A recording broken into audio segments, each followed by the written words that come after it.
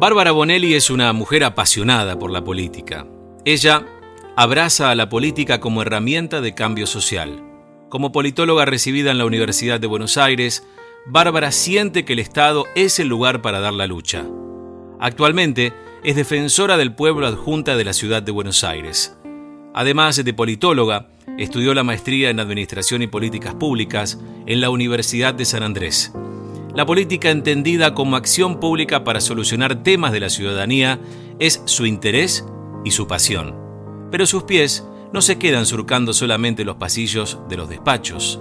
Bárbara Bonelli dicta clases en ciencias sociales para jóvenes del nivel secundario en el barrio porteño de Villa Lugano, uno de los barrios vulnerables de la ciudad de Buenos Aires.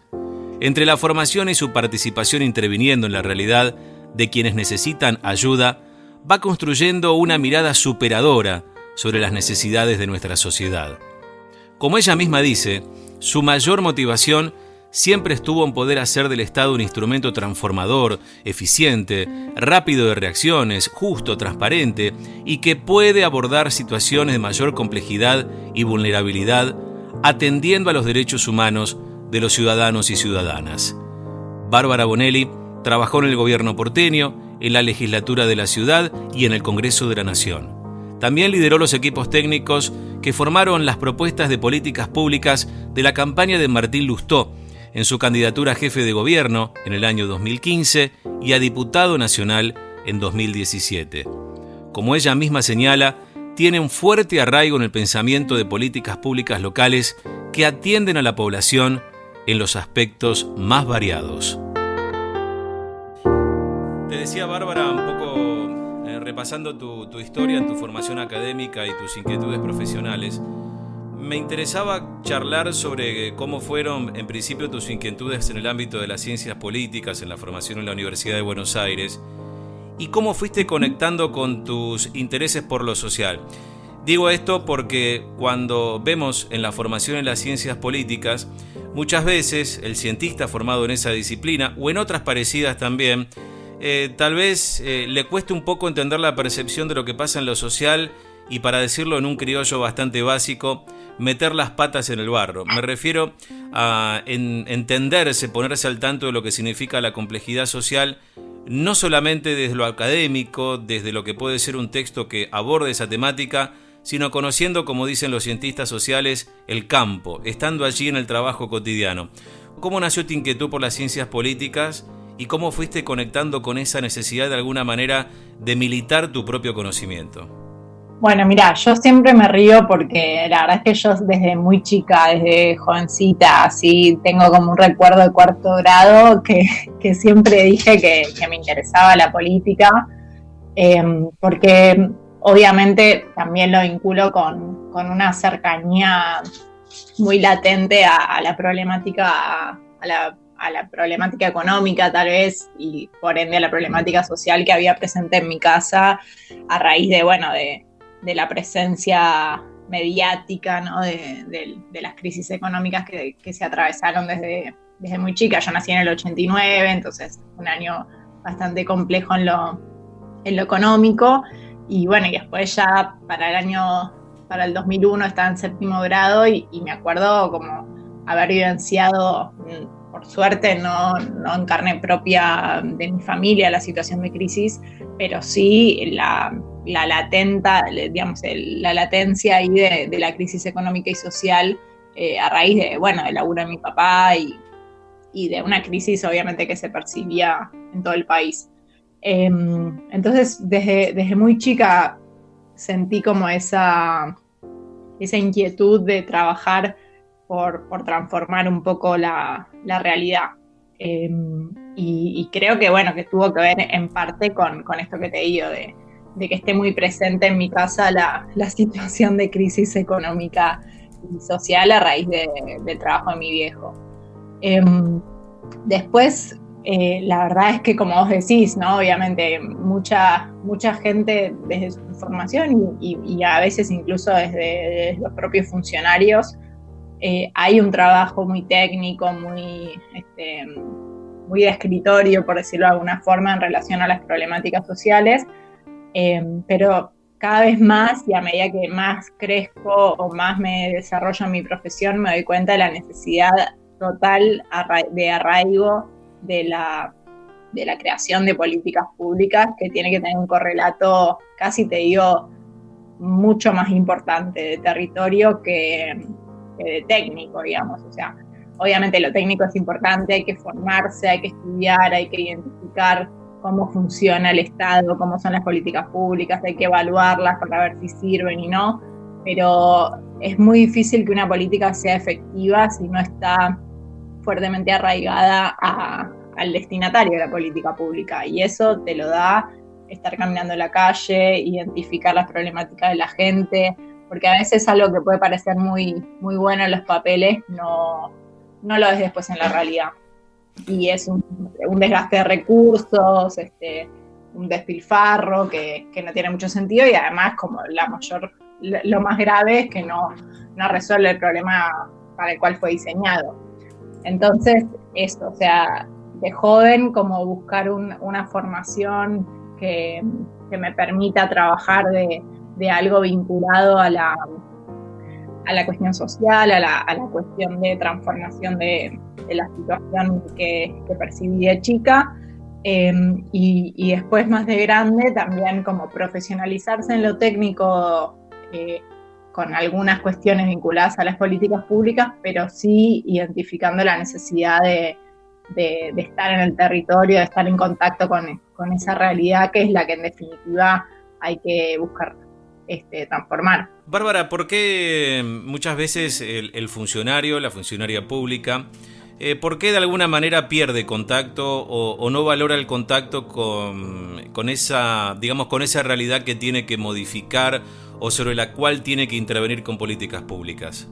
Y yo creo que a veces para el funcionario es difícil el territorio, porque obviamente significa ponerse cara a cara con el problema que tiene que resolver, y convengamos que el Estado argentino en general no ha sido muy efectivo en resolver problemas. Entonces, muchas veces es cierto que tampoco digo que eso necesariamente tenga que ver con una falta de voluntad política, pero sí es cierto que, digamos, cuando uno va al territorio, te digo, vengo ahora de la Villa 31, y estamos llevando adelante un trabajo, una mesa de género, y hay un montón de problemáticas que uno quiere resolver, pero tiene algunos limitantes para poder hacerlo, particularmente yo ahora en el rol de la Defensoría, pero entiendo que también a veces hay una cuestión de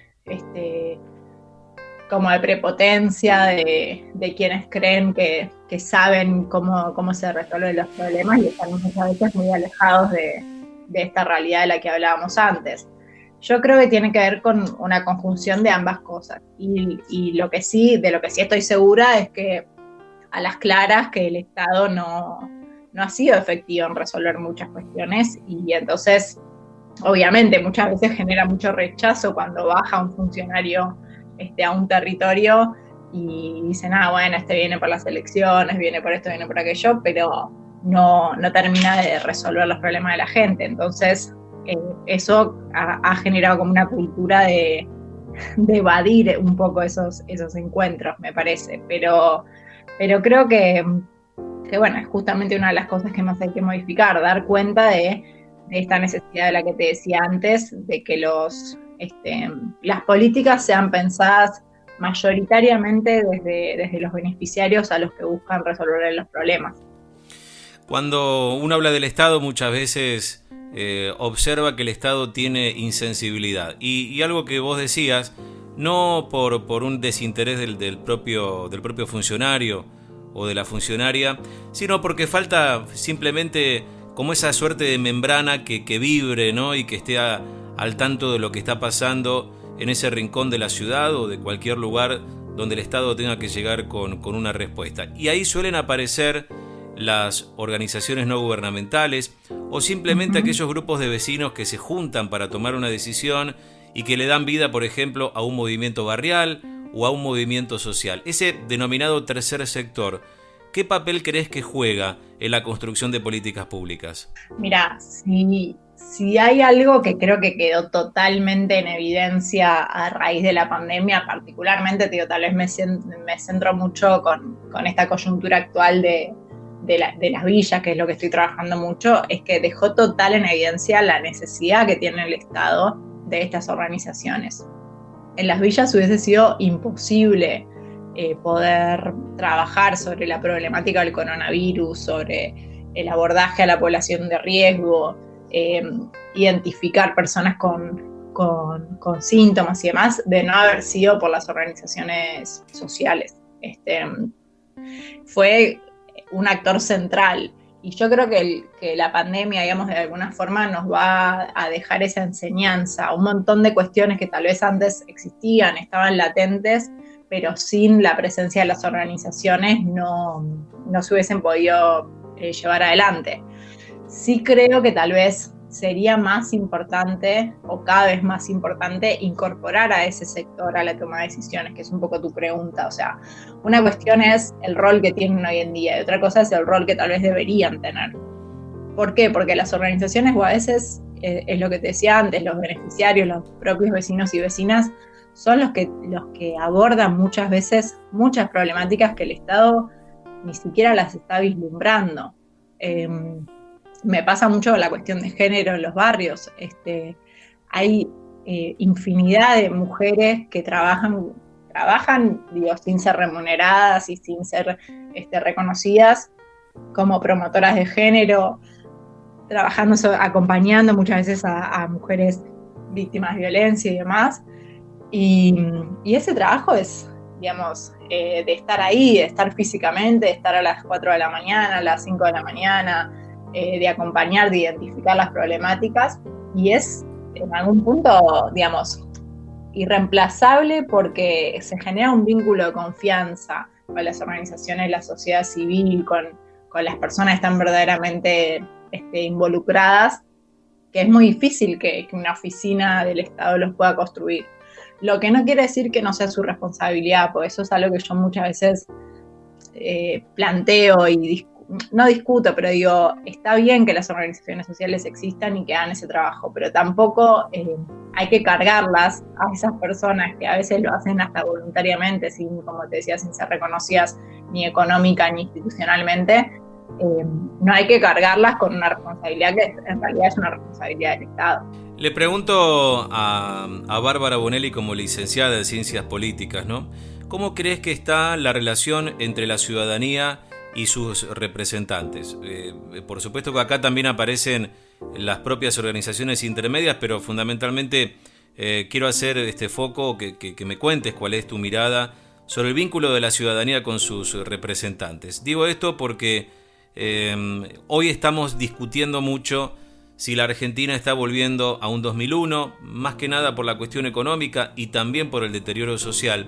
Pero creo que para una profesional como vos y especializada en ciencias políticas, me parece que cabe la pregunta, si después de todo no estamos también atravesando un proceso de ruptura o, si se quiere, de debilitamiento de los vínculos entre ciudadanía y la propia política.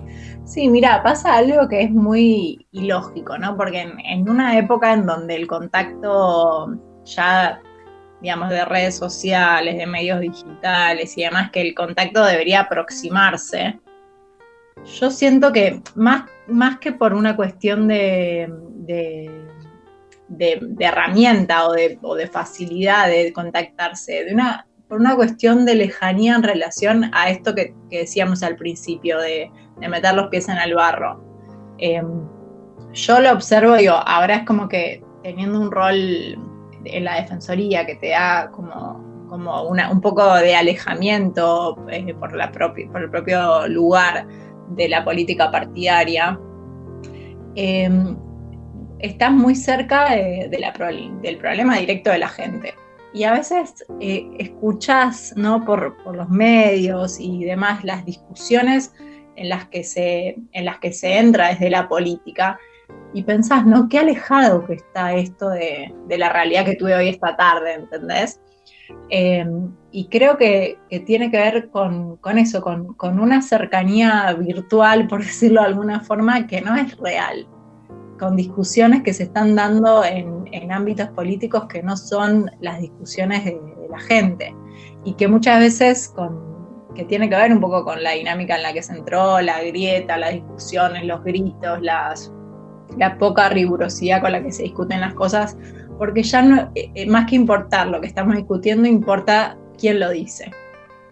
Y eso es como algo que cuando vos vas a un barrio y ves que una persona no tiene para comer, no llega a fin de mes, no tiene herramientas para mantener un hábitat adecuado, no tiene agua, no tiene electricidad, decís, ¿quién está pensando en, no sé, en esta realidad en lugar de estar discutiendo las elecciones el año próximo? ¿Sí? Algo que en esta última semana tal vez estuvo como medio latente a raíz de los dichos del expresidente Duhalde y demás. Que digo, no es que le quito importancia, pero si estás con los pies metidos en el barro, no estás pensando en eso ahora. Entonces creo que ahí hay una lejanía que por lo menos estando en este lugar se percibe cada vez más. Cuando llegaste a la Defensoría del Pueblo de la Ciudad como defensora adjunta, ¿con qué te encontraste, digamos? ¿Cuáles eran tus expectativas y en qué resultó tu trabajo cotidiano al frente de tu trabajo? Mira, yo el trabajo de la Defensoría es un trabajo que disfruto mucho porque yo vengo de trabajar durante varios años en ámbitos parlamentarios. Primero estuve en la legislatura porteña, después estuve en el Congreso de la Nación, siempre como asesora, o sea, acompañando a otros diputados. Y creo que como esto que te decía recién es muy palpable, sobre todo en los ámbitos parlamentarios, porque los ámbitos parlamentarios son la arena de discusión política per se, o sea, son donde cada uno está claramente identificado con un partido político. Entonces muchas veces, si bien hay diputados que digamos dan ese plus de discutir verdaderamente las cuestiones de fondo, muchas veces también es como, bueno, sos minoría, no tenés espacio para discutir, a veces tenés posturas más partidarias que de discusión de fondo de los temas, de las leyes que se traen. Y a veces también el debate es muy pobre también, ¿no? Hay que decirlo. Cuando yo entré a la Defensoría, venía como con eso, con muchos años de trabajo legislativo, y la Defensoría te permite un trabajo mucho más de gestión o de acción, por decirlo de alguna forma, en el que vos estás en permanente contacto con los vecinos que vienen directamente a la Defensoría porque hubo una falla en el Estado, en la gestión del Estado respecto a algún problema. Entonces, a mí eso, la Defensoría me ha resultado muy gratificante en ese sentido, en poder estar más cerca, en poder trabajar concretamente sobre soluciones para los problemas y también en trabajar muchos temas que a mí me interesaban ya desde un lugar más institucional yo, no de acompañar a otro funcionario, sino de yo ser la funcionaria y yo meterme en los temas que me importaban. Entonces, en ese sentido, el trabajo de la Defensoría, la verdad es que me resultó muy, muy interesante, y creo que es un organismo muy comprometido, con personas muy comprometidas, y que a veces no es tan conocido por la ciudadanía, pero que es un organismo muy interesante para el funcionamiento de la democracia y del Estado.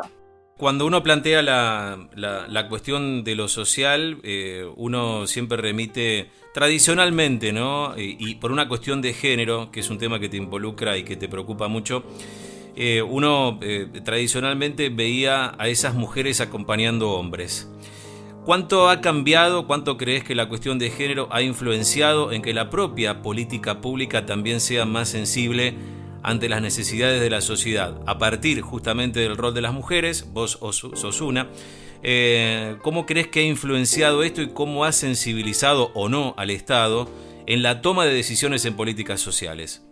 Mira, yo creo que la cuestión de género, digamos, claramente tiene un rol importante en la agenda pública, pero a veces en el día a día, ¿no? Uno ve lo más palpable, así como la ley Micaela de capacitación para todos los agentes del Estado de los distintos poderes, y después se encuentra con barreras institucionales muy marcadas para las situaciones más extremas en relación a las mujeres, como es la violencia, como son los femicidios, donde parece siempre recaer la responsabilidad en la mujer que es víctima de esta situación, de salir, ¿no? O sea, yo lo observo así, ¿no? Pongamos el ejemplo de una mujer que es víctima,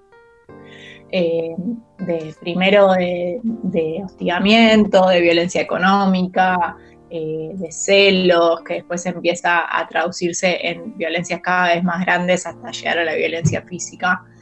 Y siempre es la responsabilidad de la mujer salir, ¿no? El Estado es como que parece no hacerse muy responsable de cargar la responsabilidad en el que en tal caso comete el delito de dañar a una mujer. Y la mujer tiene que hacer la denuncia, la mujer tiene que seguir la causa civil, tiene que seguir la causa penal, tiene que tener el botón antipánico. O sea, el botón antipánico es como muy ejemplificador de eso, ¿no? Es la mujer la que tiene que apretar el botón antipánico cuando el violento incurre en violar una cercanía con la persona, con la mujer. Y eso creo que es algo que todavía nos falta como sociedad debatir, el rol que le ponemos a las mujeres, debatir y modificar de fondo las políticas, ¿no? Porque tal vez cada vez somos más conscientes de eso, con la economía del cuidado, el rol de las mujeres como cuidadoras de los hijos, las licencias que tenemos las mujeres en relación a las licencias que tienen los hombres y cómo eso va marcando la trayectoria laboral, la vida de las propias mujeres y la responsabilidad sobre sus hijos e hijas en relación a la de los hombres. Y creo que si bien está como muy en boga hablar de estos temas, todavía no tienen, digamos, tal nivel de arraigo en la política, al punto tal que estamos en situaciones de pandemia y por la pandemia o por el tiempo que hace que lleva la justicia para encarar algunas causas, se liberan a personas que son, digamos, quienes perpetuaron femicidios o quienes llevaron adelante la violencia. Entonces ahí es donde uno dice, bueno, lo discutimos mucho, pero después en la práctica no funciona del todo bien. ¿Y cuáles son tus anhelos a futuro, Bárbara? ¿Cómo te ves en esta tarea cotidiana hoy, en la Defensoría de la Ciudad de Buenos Aires? ¿Cómo te ves vos y cómo te ves articulando política por algo que también leí que es un poco tu aspiración y que creo que lo dejaste en claro con esta charla, el trabajo en equipo, es decir, concebir una política pública a partir de escuchar a quien necesita de esa política, articular incluso, bueno, como decíamos, con esas instituciones intermedias que justamente median entre el Estado y la propia ciudadanía. ¿Cómo te ves en el futuro, en el inmediato y en el que va un poquito más allá? Mira, por un lado, sin duda, lo que decías me representa mucho. Creo que hay que hacer mucho trabajo por la articulación en el diseño de las políticas. Me gustaría mucho tener, digamos, espacios para discutir muchas cosas que tal vez están como preconcebidas desde el Estado o se mantiene un poco por el status quo de cómo funciona algo, cómo es algo. Me gustaría mucho tener espacios de discusión, de debate. Ahí creo que la juventud también cumple un rol muy interesante, porque cada vez tenemos jóvenes, cada vez más jóvenes comprometidos con la política y con ocupar lugares institucionales que les permitan debatir y discutir. Entonces, en ese sentido me gustaría mucho, en el mediano y largo plazo, tener un poco ese tipo de espacios, poder favorecerlos, poder generarlos, y en definitiva que eso se traduzca en mejores políticas. Yo creo que si vos me decís cuál sería el objetivo sería poder achicar un poco esa brecha de la que hablábamos antes de política y sociedad civil, pero que el achicamiento tenga que ver con un verdadero intercambio y con un verdadero fortalecimiento de esas discusiones para encontrar políticas que sean, al final de cuentas, verdaderamente efectivas y que resuelvan los problemas, porque creo que eso es lo que también produce mucho cansancio de la ciudadanía, decir, bueno, tengo este Estado que produce como también desgaste de la clase política per se, tengo este Estado, tengo todos estos políticos que siguen cobrando sus sueldos, que siguen, incluso en momentos como ahora, persiguiendo su salario y demás, y qué solución me brindan. La brecha que hay a veces entre la ciudadanía y la política, me gustaría achicarla, pero achicarla con acciones concretas, no con mesas de trabajo, sino con decir, bueno, identificamos este problema, trabajamos y lo resolvemos. Eso es algo que anhelaría en el corto y mediano plazo.